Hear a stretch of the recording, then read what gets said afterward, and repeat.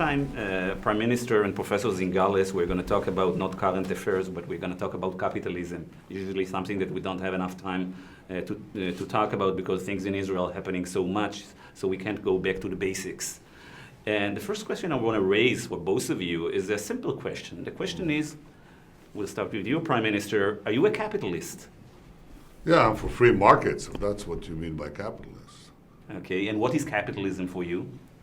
It's the ability to have individual initiative and competition to produce goods and services with a profit, but not to shut out somebody else from trying to do the same. Before Professor Zingales will join us, I'd like to hear what's the reason that his book resonated with you so much, and why didn't you mentioned his book a couple of times. What is it that you find interesting and illuminating in the way Professor Zingales looks at capitalism?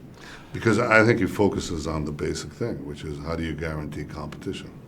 Because you can have the distortion of competition, what we call market failures, in supposedly a free market economy. And you have to constantly make sure that you maintain this principle of competition. And it's not obvious that you'll maintain it. First, because efficient firms get market share, and if they dominate in market share, they can shut out competition at a certain point in non-competitive ways. Secondly, they can link up with other powers. In your book, the main source of power that companies can unite with are politicians, and thereby create crony capitalism. In our system, it's connecting to other powers. It could be press powers that have control over political powers that give you crony capitalism.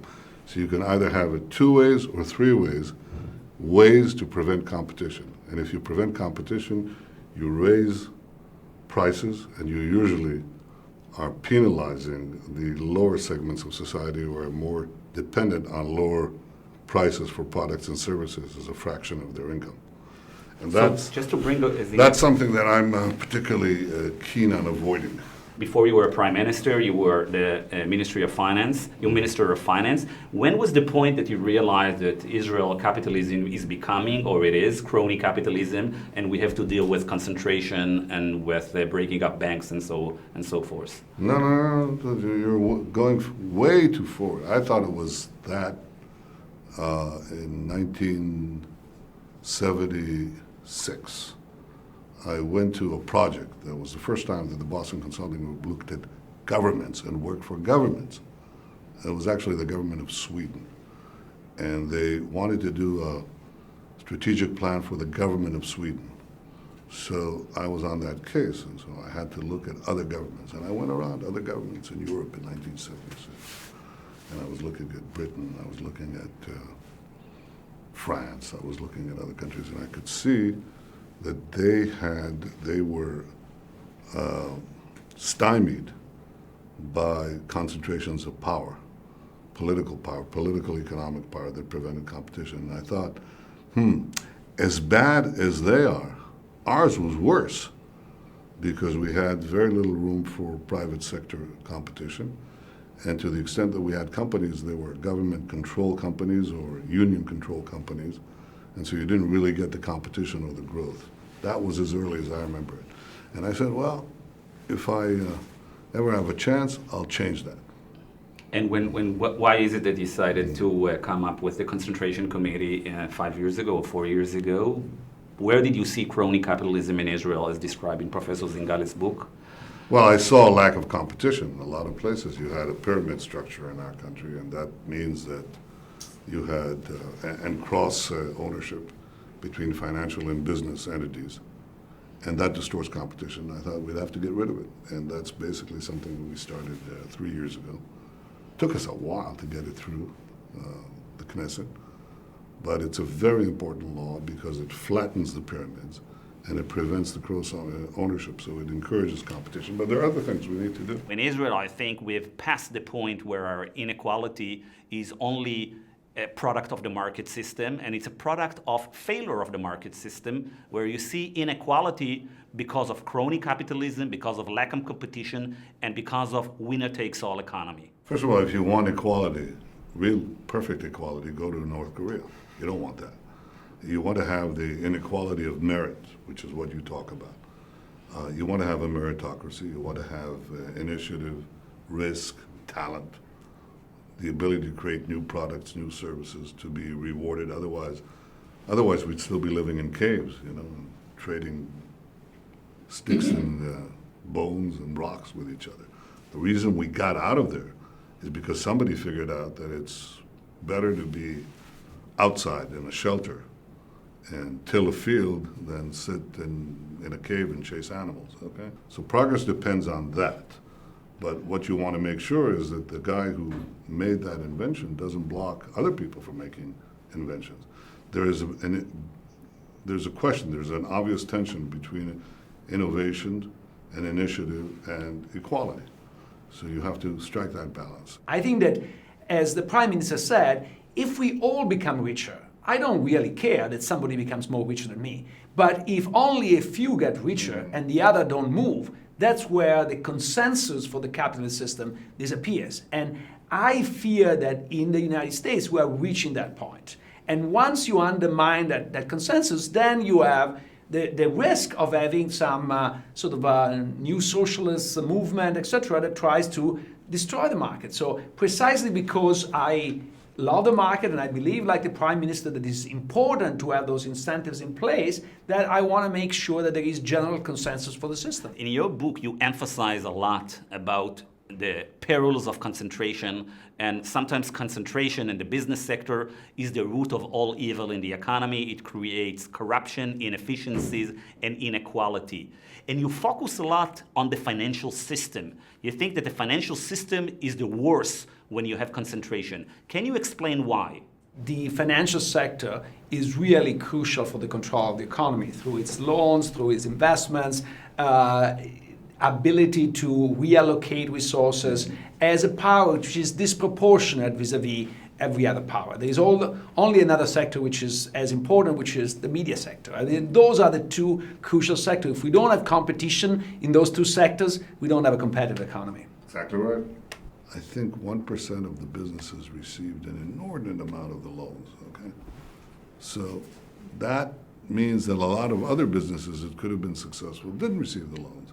And if that is based on connections, based on a club, okay, then obviously you lose a lot of potential growth in the economy, all right? So you have to put in reforms that at once guarantee the solidity of the banks, but also create competition among them. And we still have a way to go. We haven't done that. We've taken the banks out of cross-ownership of businesses, but we still don't have as much competition in the banks that I'd like to have in Israel. We need that.